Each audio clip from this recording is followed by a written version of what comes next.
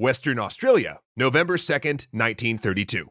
For months, the soldiers turned wheat farmers of Campion and Walgoolan have suffered the depredations of the terrible emu.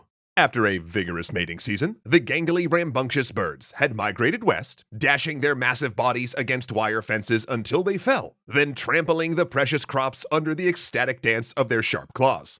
With conventional methods of bird deterrence failing, the farmers found themselves chasing down flocks of emus in their cars and on bicycles, waving sticks at the birds who were so gleefully wiping out their livelihoods by spraying urine across hard-grown rows of wheat. But there were so many emu, and they were so fast, all seemed lost. That is, until a transport came over the horizon, carrying 3 soldiers from the 7th Heavy Battery of the Royal Australian Artillery, and 2 mighty machine guns. Ah, yes! The farmers rejoiced. Perhaps they had lost the emu battle, but today was the dawn of the Emu War.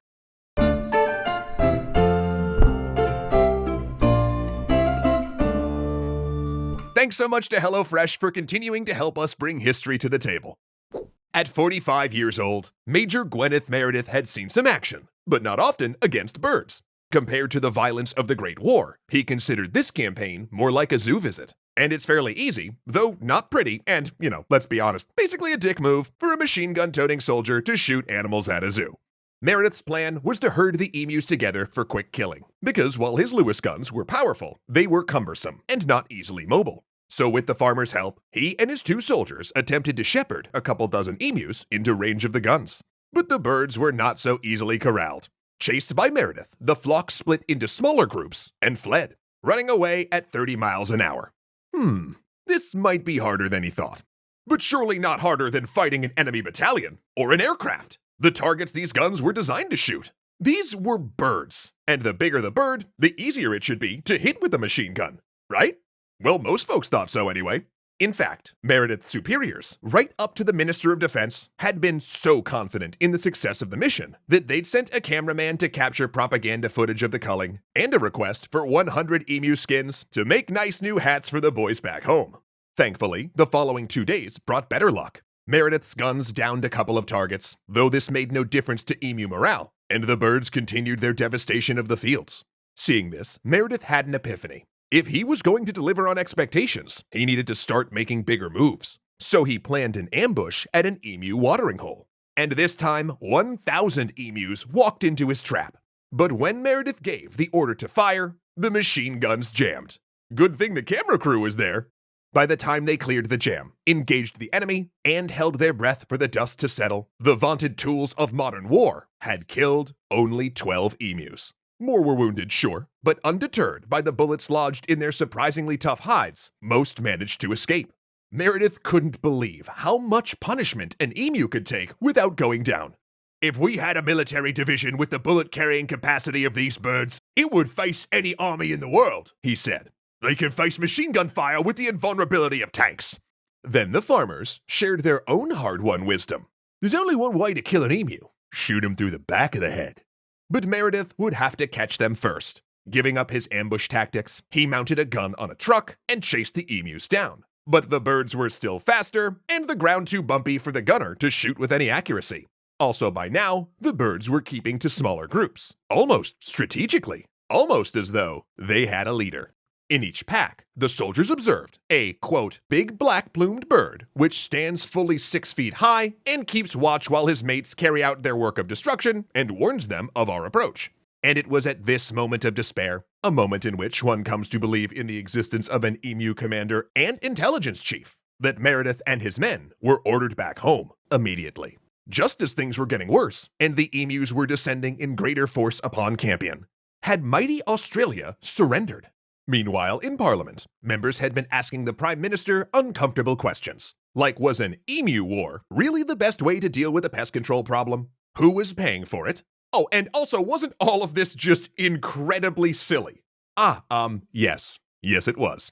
In Parliament, the opposition called it a farce, and the press reported that the emus were more than holding their own in the war, which I think we can all agree is a very bad look. So George Pierce, the Minister of Defense, officially declared the Emu War over, with only 300 birds dead. Turns out, nobody in the army would be getting any new hats after all. This decision, while politically expedient, was terrible news for the settlers of Campion and Walgoolan, whereas the emus, now emboldened, continued their ravages. So once again, the farmers begged for assistance, dispatching urgent telegrams from the very much still active battlefront. "Emus beginning reappear large numbers," wired one farmer in Campion, and from Walgoolan. "We urgently desire Lewis gun crew to assist here. Enormous number of emus doing untold damage." All right, back to square one then. Almost. Because what the farmers had now was an ally, a convert in Major Gwyneth Meredith, for he had been transformed by what he'd seen in the West. "The damage done by these birds has to be seen to be believed," Meredith protested to his superiors. Sitting behind one's desk, he said, one could not imagine the horrors of the Emu War. The birds were nigh invulnerable and poised to bring Australia to the brink of agricultural catastrophe. They needed to be stopped. He needed to stop them. And so, in the interest of agriculture, Pierce agreed to redeploy Meredith and his men to the front lines, in an attempt to bring an honorable end, once and for all, to the Emu War. November 13th, 1932.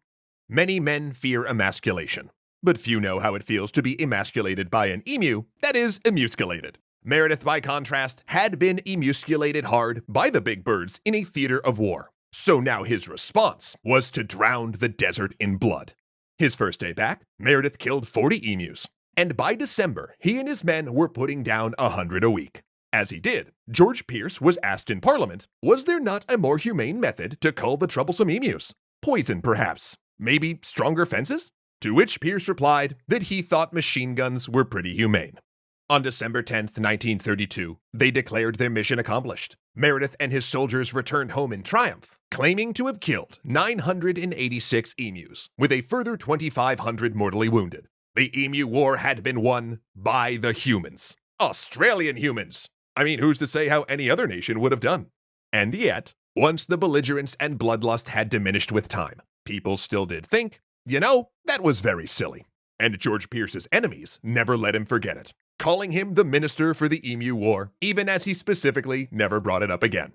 There are many officials and experts who can't bear to be reminded of some of their more ambitious efforts at emu destruction, wrote Sydney's Sunday Herald years later. And sure, it's embarrassing to be shown up by a bunch of emus. But maybe it's more embarrassing to get so worked up about it that you try to drive an entire species to near extinction with high-caliber automatic weapons. Or was the most embarrassing thing of all that it wasn't enough? The emus returned time and time again to Campion and Walgoolan, their feathers laden with lead, but figuratively unruffled. And when the farmers petitioned the government for another Emu War, the answer this time was no. Not a problem, the farmers said. What if we just dropped bombs on them instead? Like from a plane. Again, a hard no. Unwarranted was the word they used. So in the end, nobody got what they wanted. By supporting the Emu War, George Pierce had hoped to quell a secession movement in the state of Western Australia. But in 1933, the state went ahead and voted for it anyway, only to be told by the United Kingdom that secession was illegal. And shortly thereafter, Western Australia voted Pierce out of his Senate seat. And in just a few decades, neglected by central government, the towns of Campion and Walgoolan withered up and died. Campion today is a ghost town. No wheat, no farmers, no soldiers, nothing. Well, except maybe you'll see an emu or two. A little slower now, a little grayer. Just pecking and peeing at the lone desert sands where there was once a town. One can only imagine a single thought crossing their bird brains. Heck around and find out. But don't worry, fellow human. Just because the birds won the Emu War doesn't mean we're any lower on the food chain, which I was just reminded of when I took a look at the delectable dishes from our friends at HelloFresh. Too soon? I'm sorry if I sound like a broken record at this point, but I love that HelloFresh sponsors our shows because they've been saving me time and keeping me way less hangry for ages now, all while eliminating tedious trips to the grocery store and stressful meal planning. I get everything I need to prepare delicious meals all delivered to my door, and I am eating in a half hour or less. It's like the perfect effort to ease ratio. This week, I was pumped to cook and try their pork bulgogi bowls, not just because that's fun to say, and I gotta tell you, they were awesome. Plus, now that Zoe and I basically have weaseled our way into a standing invite for second dinner over at Jeff's, we got him to permanently up his plan to include more servings, which this time around was the special sauce house burgers. That's a win! Technically I think it's thirds at this point, but I digress. Tastiness aside, another thing that keeps me feeling great about HelloFresh is their continued work on the sustainability front. Ingredients are pre-portioned, which means less food waste, and the carbon footprint of their service is actually 25% smaller than that of meals made from store-bought groceries. And now is a great time to try HelloFresh for yourself with this delectable deal. All you gotta do is go to HelloFresh.com and use the code ExtraCredits14 to get 14 free meals, including free shipping. And you know what? I'm just gonna say that again in case your stomach was growling too loud. You can get free food while supporting the content you love, the environment, and most importantly, your grumbly tummy. Again, that's 14 free meals at HelloFresh.com using the code ExtraCredits14. Your time and taste buds will thank you, and as always, so will we. Thanks. That's right, Zoe. Ahmed Ziad Turk, Alicia Bramble, Casey Mustia, Dominic Valenciana, Joseph Blame, Kyle Murgatroyd, and O'Reels1 are fantastic legendary patrons.